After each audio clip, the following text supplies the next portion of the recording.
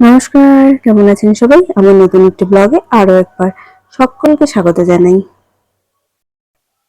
আকাশে আজও ঝলমলে রোদ, বৃষ্টির কোনো দেখা নেই। প্রচন্ড গরম পড়েছে।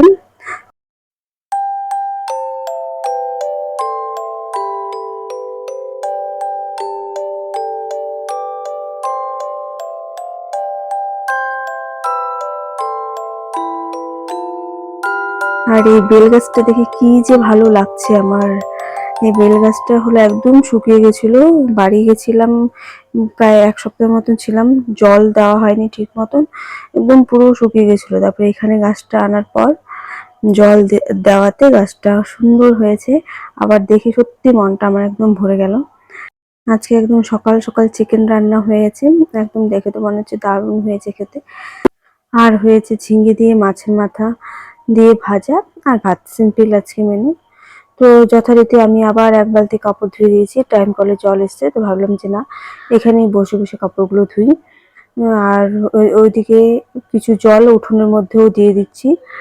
উঠোনটা পুরো শুকিয়ে গেছে, রোদ প্রচন্ড, জল দেওয়া হচ্ছে না অনেকদিন।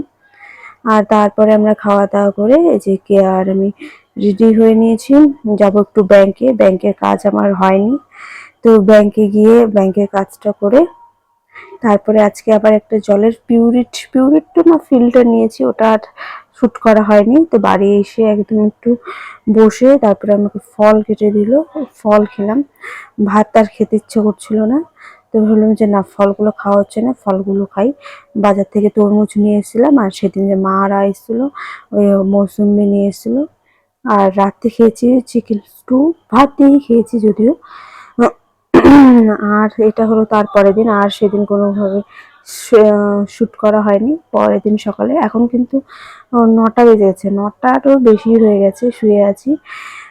উঠলাম, উঠে ফ্রেশ হয়ে একটু কলা বিস্কুট খেয়ে এখানে হলো আমাদের সমিতি, কালকে সমিতির মিটিং হয়েছে, সমিতির সমস্ত কিছু লিখে টাকাগুলো সব ঠিক করে দিয়েছি। আর এখানে আমাদের মাসের বাজারের ফটোটা লিখে নিলাম, ওটাও দিলাম লিখে। তারপর এখানে বসেছি হলো কাগজপত্র নিয়ে, যাতে কাগজপত্রগুলো সবকিছু ঠিকঠাক করে দিচ্ছি। যে কোথায় কি আছে ওকে বুঝিয়ে দিচ্ছি, যে কোথায় কোনটা কি কাগজ, এবার তুমি তোমার মতন করে বুঝে নাও। আর এইদিকে তারপরে এসছে, সকালে ফোন করেছিল যদিও আমার বোন, যে ও আজকে হলো আমার জন্য ভাত নিয়ে আসবে, ভাত বলতে সবজি তরকারি সব মানে খাওয়াবে। তো সকাল সকাল ফোন করেছে, বলছিল দুপুরে তুই খাস না, আমি সমস্ত কিছু নিয়ে যাব। তো ওই এসে সমস্ত কিছু নিয়ে এসছে, এগুলো এসে রেডি করে তারপরে আমাকে খেতে দিল, খেলাম। হ্যাঁ, এগুলো সব নাকি আমার বোনের শাশুড়ি মানে মাহিমাই রান্না করেছেন, কিন্তু রান্নাগুলো সত্যি বলছে দারুণ হয়েছে, দারুণ হয়েছে। মাটনটা জাস্ট অসাধারণ হয়েছে। আর তাছাড়াও বর খেয়েও বললো যে সত্যি খুব ভালো হয়েছে। আর খেয়ে কোনো অসুবিধা হয়নি। আমি তো খেতে চাচ্ছিলামই না, এত রোদের মধ্যে মাটন খাবো, কোনো অসুবিধা হয় যদি, কিন্তু না, কোনো অসুবিধাই হয়নি, দারুণ হয়েছিল। আর সেইভাবে তো কোনো কিছু শ্যুট করতে পারছি না এই কয়দিন, একটু টেনশনেই আছি। তো যাই হোক, এখন যতদূর পারি চেষ্টা করছি আমি শ্যুট করে রাখার। ওই একটাই কারণ, স্মৃতি হিসেবে জিনিসগুলো থেকে যাবে, পরে দেখবো জিনিসগুলোকে। এখানে বুনু সব নিয়ে এসছে, পান, হজমোলা, ডাল, তারপরে একটা নাইটি দিয়েছে। আর মেনুতে ছিল করলা ভাজা, আলু ভাজা, ডাল, আর ছিল মাটন, স্যালাড, পান, তারপরে হজমোলা, একটা নাইটি দিয়েছে, সিঁদুর, তারপরে টিপ, আর 101 টাকা। তো আমার করলা ভাজাটা খেতে ইচ্ছে করছিল, করলা খেতে ইচ্ছে করছিল, তো করলাটা ভাজাটা হয়ে বেশ ভালো লাগলো খেতে।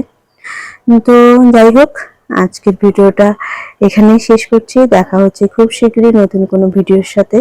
ততক্ষণের জন্য আপনারা ভালো থাকবেন, সুস্থ থাকবেন এবং হাসি খুশি থাকবেন। আর যারা যারা চ্যানেলটিকে সাবস্ক্রাইব না করেই দেখছেন, তারা প্লিজ চ্যানেলটিকে সাবস্ক্রাইব করে দেবেন, কারণ আপনাদের ভালোবাসা আমার এখন একান্তভাবে প্রয়োজন। তবে চলুন, ওরাও বাড়ির পথে চললো, একটু বাড়িতেও ঢুকবে বলছে, সেজন্য একটু তাড়াতাড়ি বেরিয়ে গেল। আর আমিও একটু রেস্ট করি। আর কেয়ারা হলো রাতে বাইরে খেতে গেছিল, তো আমি বলছিলাম পিৎজা খাবো, তো রাতে আমার জন্য একটা পিৎজা নিয়ে এসছে।